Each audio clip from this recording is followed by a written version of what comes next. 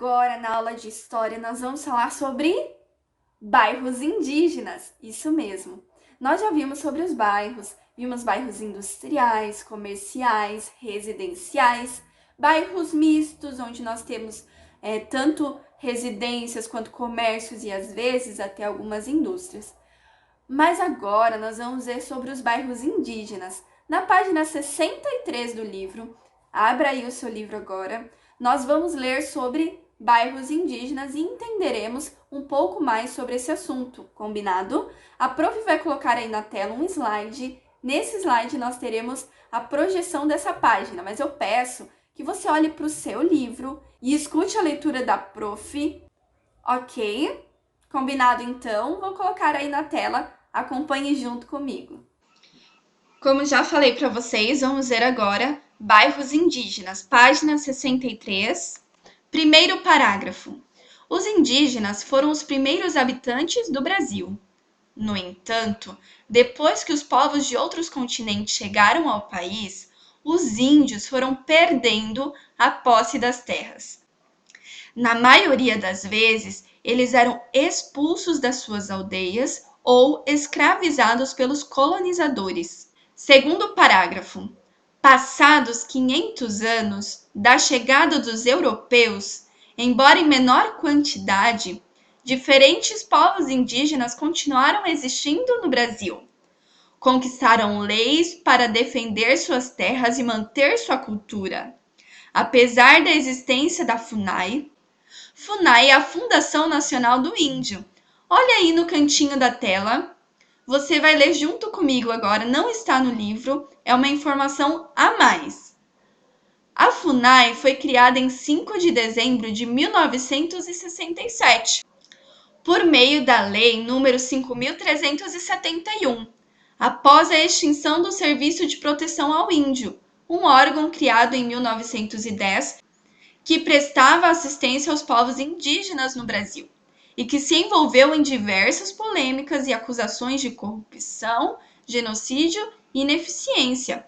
Para vocês entenderem melhor o que eu li, quer dizer que a FUNAI, essa fundação que protege o índio, a cultura, as terras, ela veio depois que um serviço que aparentemente protegia o índio foi extinto. Ele foi extinto porque descobriram algumas coisas erradas lá dentro. E o que era para ser feito, eles não faziam. Hoje, então, existe a FUNAI, que presta essa assistência aos povos indígenas, tá certo? Então, lendo ali depois do ponto final, onde está o mouse? Apesar, tá? Apesar da existência da FUNAI, e das diversas organizações que trabalham em defesa e para a preservação dos povos indígenas no Brasil, nem sempre é possível viver de maneira digna e adequada em suas terras. Em muitos casos, eles enfrentam problemas para cuidar da saúde, não há escolas e as terras não são suficientes para o plantio dos alimentos de que precisam. Nós vimos que nos bairros aqui da cidade nós temos algumas características. Hospitais, postos de saúde, escolas, mercados. Nós vimos que nem todos os bairros têm escolas ou hospitais. Mas como aqui um bairro é muito próximo do outro, e aí você procura num bairro próximo ou próximo ao seu trabalho, nós temos essas facilidades aqui na cidade. Mas para eles, nos bairros indígenas que são mais afastados, eles não têm bairros próximos, né? E então fica muito difícil.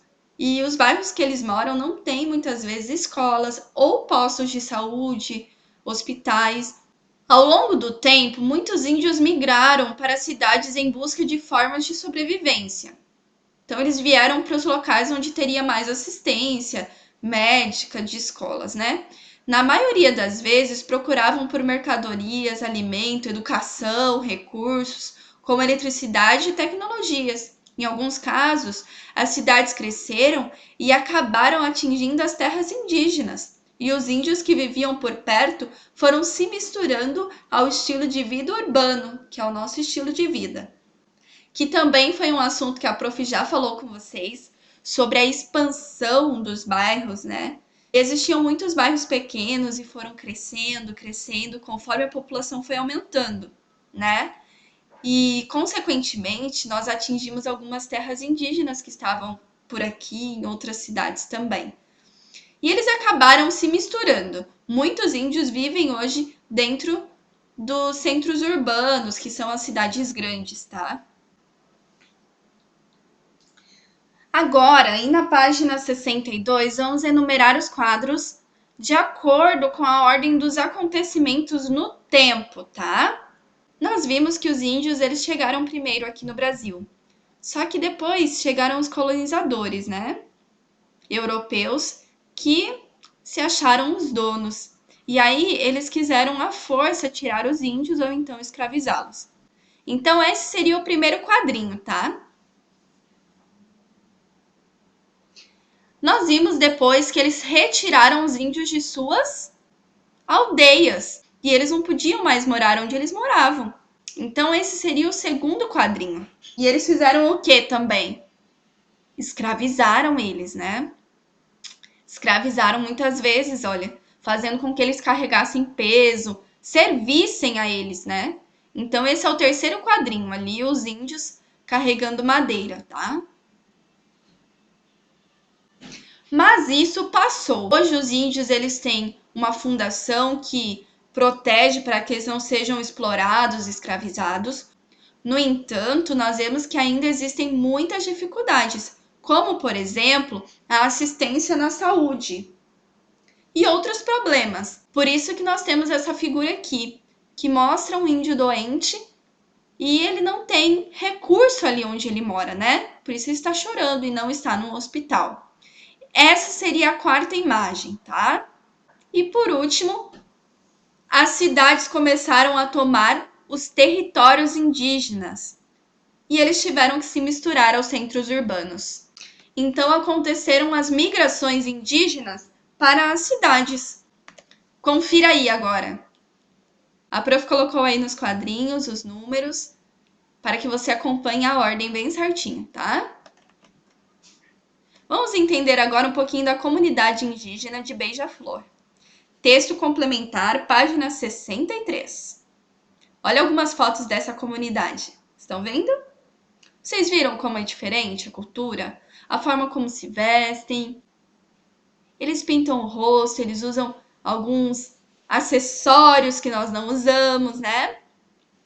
Pois bem, vamos ver aqui um pouquinho sobre essa comunidade. Vamos ler juntos. Na zona urbana do município de Rio Preto da Eva, perto de Manaus, Amazonas, existe uma das maiores comunidades indígenas do Brasil, a Beija-Flor. Desde o início dos anos 1990, várias famílias foram ocupando as terras pertencentes ao município. Ali vivem diferentes etnias indígenas que mantêm seus costumes, suas crenças, seus rituais e sua linguagem. Eles sobrevivem da produção de artesanato e farinha e do cultivo de banana para venda no mercado de Manaus. A comunidade também se transformou em atração turística, outra forma de gerar renda para os seus habitantes. E para finalizarmos esse assunto, vamos terminar de ler sobre a comunidade de Beija-Flor. Aí na página 63 diz assim: a comunidade de Beija-Flor não é a única no Brasil. Em vários municípios, há bairros e aldeias que são formados inteiramente por indígenas. Em alguns casos, as terras que ocupam foram conquistadas por meio de decretos que garantem a área para fins de preservação da população e manutenção de suas formas de sobrevivência. Aí hoje vocês vão fazer Aqui Onde Vivo. Nessa parte, você vai pesquisar em sua cidade ou estado uma aldeia ou algum bairro indígena que seja habitado, né? Então, pelos índios. Vamos buscar informações e responder?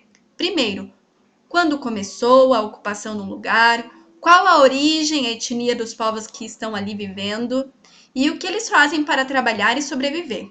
A prof encontrou uma, que é a Míbia Guarani. A ocupação dessa tribo aqui no Rio Grande do Sul aconteceu entre os anos 1960 e 1970. Elas tiveram origem desde a costa atlântica até o Paraguai.